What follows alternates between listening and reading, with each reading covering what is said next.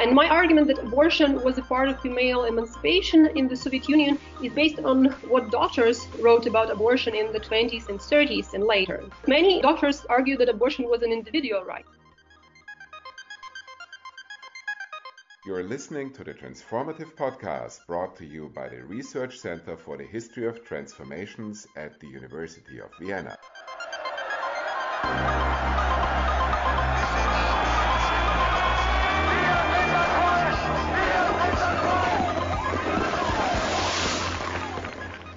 Hello, everyone.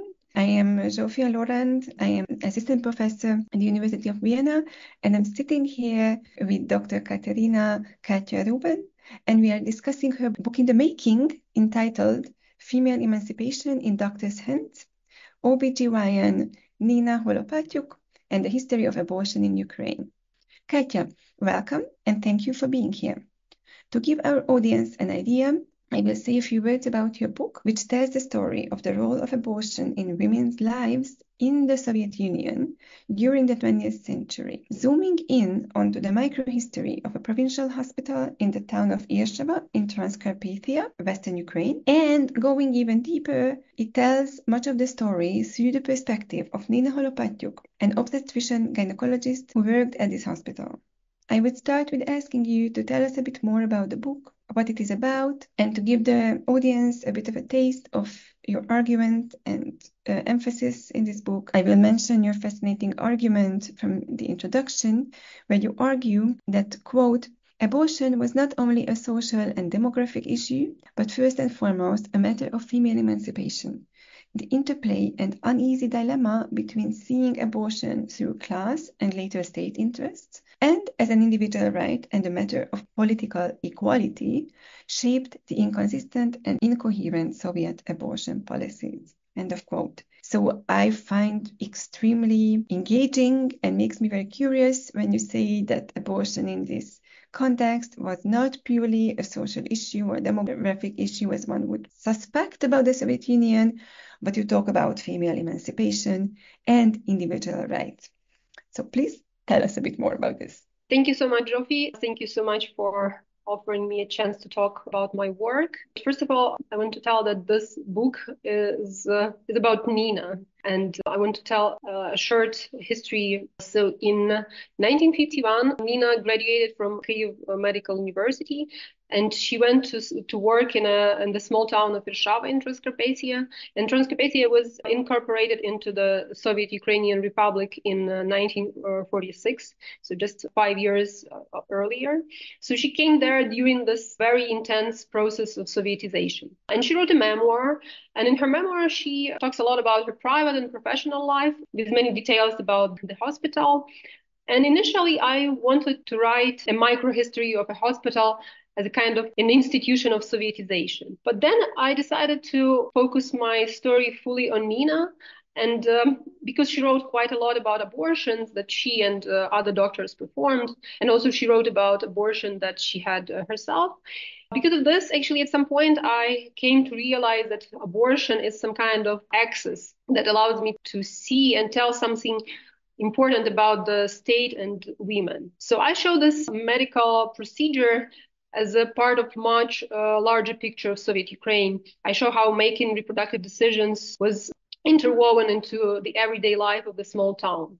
And obviously, abortion was a part of power relations. I mean, we all talk about the power, and especially it was about power relations when the procedure was illegal. So women seeking abortions needed money and connections, and doctors who performed abortions illegally were both, like powerful figures, but at the same time, they were under surveillance of more powerful figures, and they could be prosecuted for what they did. So Nina's story is about doctors' authority and also autonomy in a small hospital, a hospital that was located just across the street from the office of the town and district administration, across the street from the party committee who carefully watched what doctors were doing, and doctors were actually heavily dependent on them.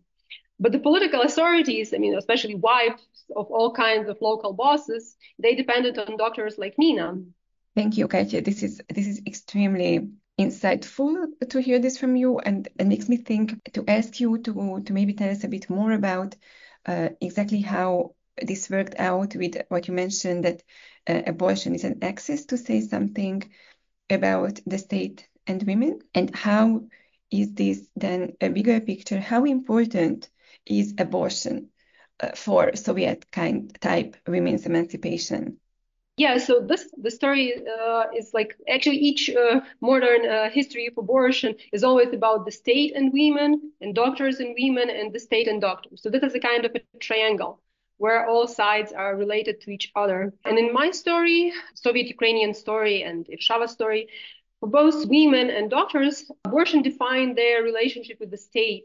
It defined the limit of professional and personal autonomy in making decisions about abortion. And I focus on doctors because I see them as a separate actor, not just a tool of the state, as many scholars represent doctors. And in my story, I think it's very important that Nina is both a doctor and at the same time a patient when she had an abortion herself.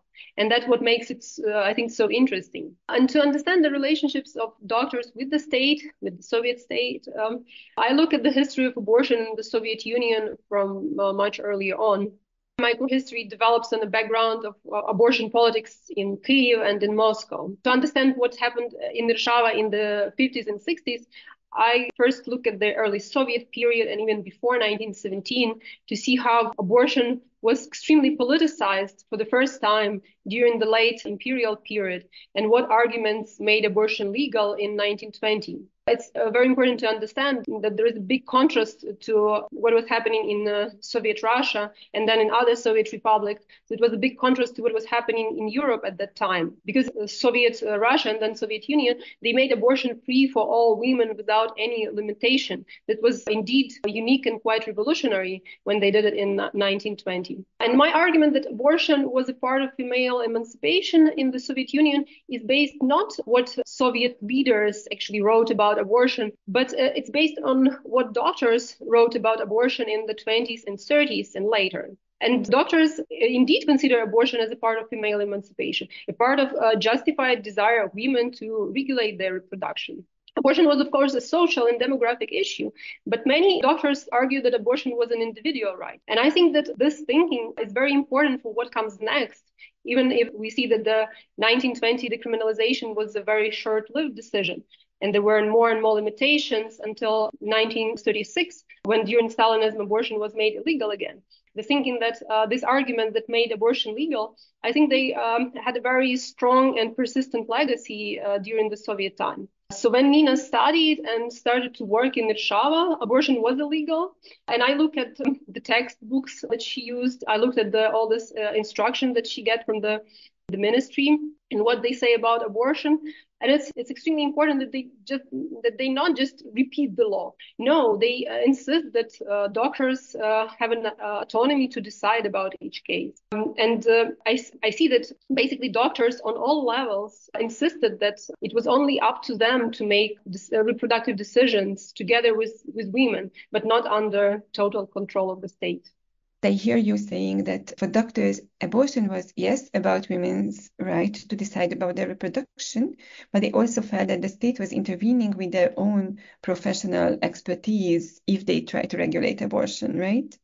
Yeah, exactly. I see this already in the late imperial period, that abortion was, first of all, a matter of the doctor's professional autonomy, because they insisted that it's wrong that the state dictates doctors what to do. First, it was an autocratic state, and basically the Ministry of Internal Affairs dictated doctors in the late Russian Empire what they had to do. They basically were policed, and they were a tool of policing. For many doctors, for liberal doctors and for more radical ones, it was totally unacceptable. From that time, I see this continuity on insisting that abortion was only, that was first of all a matter of a professional decision. And the state and the doctors were seeing all this interference of the state, interference of all outside authorities as a threat to their autonomy. My feeling is that this kind of thinking about doctors as very authoritarian, pronatalist, thinking about doctors as following all those guidelines from above, as deprived of any individual decision-making and individual thinking, I think it's very exaggerated, and I have a different view of the profession. I want to make my story about Nina and still keep it like a micro history. So I don't make this like such kind of argument about all Soviet doctors. So that's why I want to keep the story about Nina, and this gives me more freedom, I would say. I'm glad you brought back Nina into the story because I definitely wanted to ask you more about her.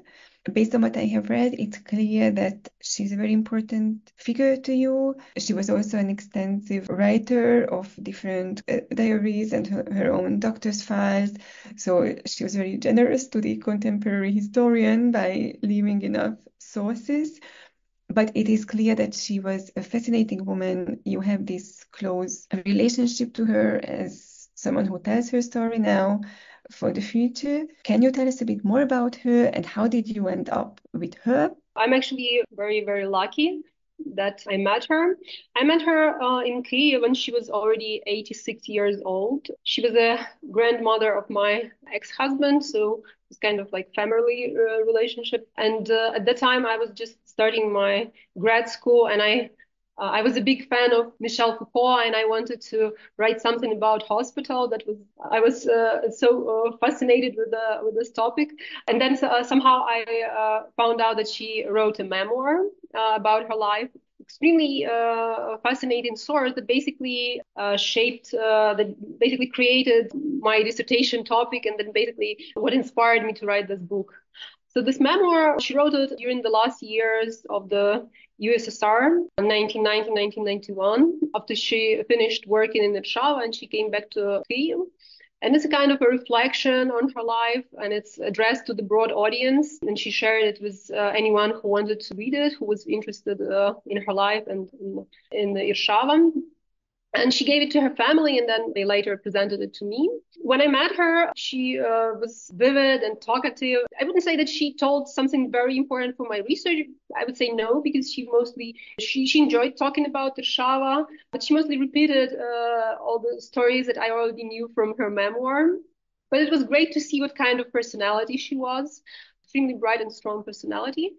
She died in 2014, and it's, I think, very symbolic that the Second World War was a very important moment in her life, and she writes a lot about the Second World War in her memoir, and her husband was a World War II veteran, and she died basically a couple of months after the new war in Ukraine had already begun.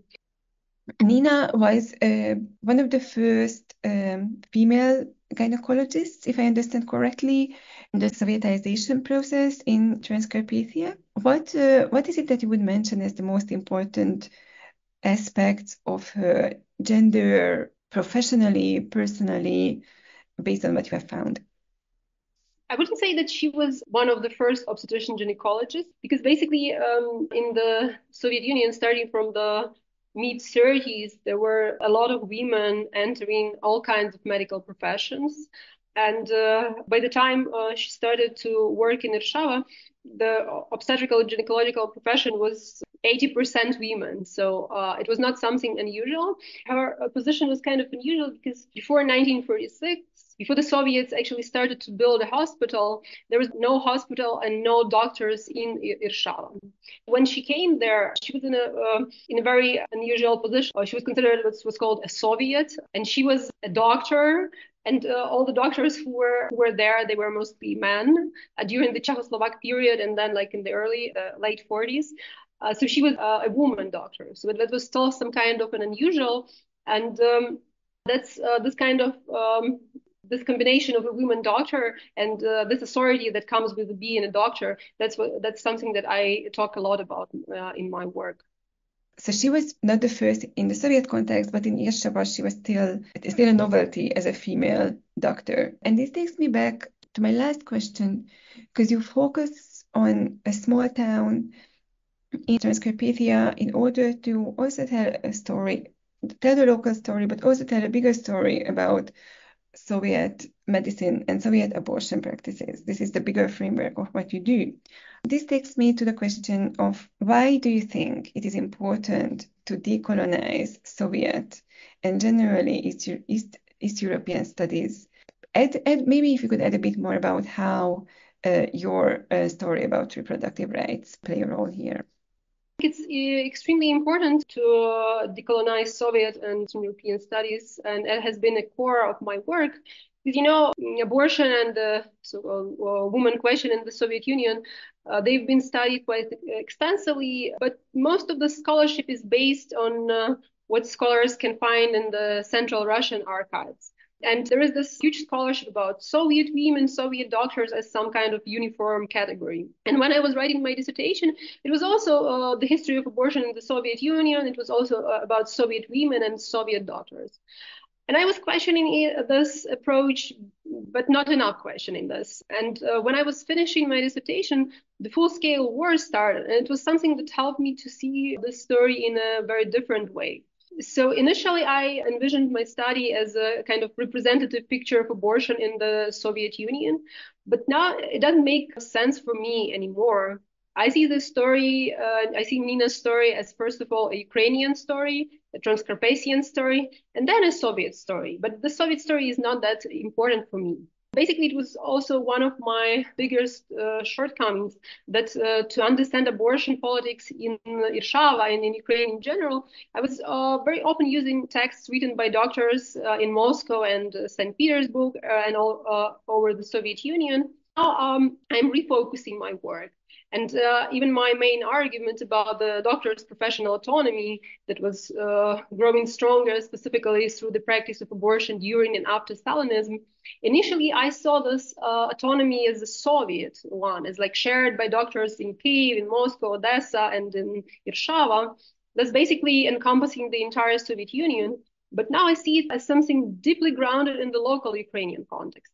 And I want to know more about this context. I want to write more about this context. Rather than speculate about some big Soviet picture. You were doing this research about Irshava for many reasons. One of it is to contribute to this decolonized history of East European studies and the Soviet history of the Soviet Union. What is special about Irshava, and what does it tell us about the Soviet story? If you happen to go to Irshava, you will see a small provincial town with approximately 8,000-9,000 people, with a small town center, a main street with shops, administrative buildings, cafes, a church, and of course the hospital is still there. So basically there is nothing special about Irshava. But it's a perfect setting for a microhistory. I mean, if you're interested in everyday life and how people make kind of like their small decisions or bigger decisions, and it's a perfect place to study Ukrainian history, not as an isolated national history, but in connection with many other histories, a transnational history. Irshava was a part of Hungary until the end of the First World War. Then it was a part of Czechoslovakia. And then again, it was occupied by Hungary during the Second World War. And both Hungarian and Czech doctors did not fully disappear by 1946 when the Soviets came. And their medical institutions continued to function. And it's also a Jewish story. So Jewish doctors, and then the absence of Jews during the Holocaust in Irshava, this is also a part of the story. The obstetrical-gynecological department was in a former Jewish synagogue, and it's something also striking in a part of the story. Looking at doctors in Irshava during the Soviet period gives a new perspective on a figure of a rural or a small-town doctor as a figure of power and authority. And I talk a lot about this in my book. Nina's position was different from that of doctors in cities like Kyiv or even Uzhhorod, the regional capital of Transcarpathia. Because there, what's called bourgeois doctors, they were replaced by red doctors, red specialists. In Kyiv, it was in the 1920s and 30s. In Uzhhorod, it was later in the late 40s. But the political space for professional authority had already been shaped. It was just like new people with new political loyalties, or the same people with new political loyalties. But in case of small towns in a newly acquired region of Transcarpathia, in case of Irshava, that didn't have a hospital before the Soviets came, becoming a new authority, and a doctor wasn't a new authority, was a very interesting experiment in combining professional and political skills. Basically, this was an experiment that the doctors themselves were basically conducting. So Nina and her husband was the head of the Irshava hospital. They were this kind of power couple. They demonstrate what it meant to be a ruler, a Soviet boss, what I called nachalnik. a figure of political and professional authority. Only in this position, as both doctors and rulers, they enjoyed a certain freedom to make their own decision. I actually don't see this being political authority as a negative to their professional autonomy. I demonstrate how this political position allowed them to be autonomous in their relationship with patient. And this actually allowed doctors' power to grow. Thank you so very much for this. I think we are all looking forward to the book. I would like to thank you in the name of our audience, but also in the name of the RETAT podcast series for sharing your expertise, your research findings, your experiences with doing the research with us. Dr. Kateryna Ruban, thank you very much. Thank you very much, Zsófia. I'm glad to be here.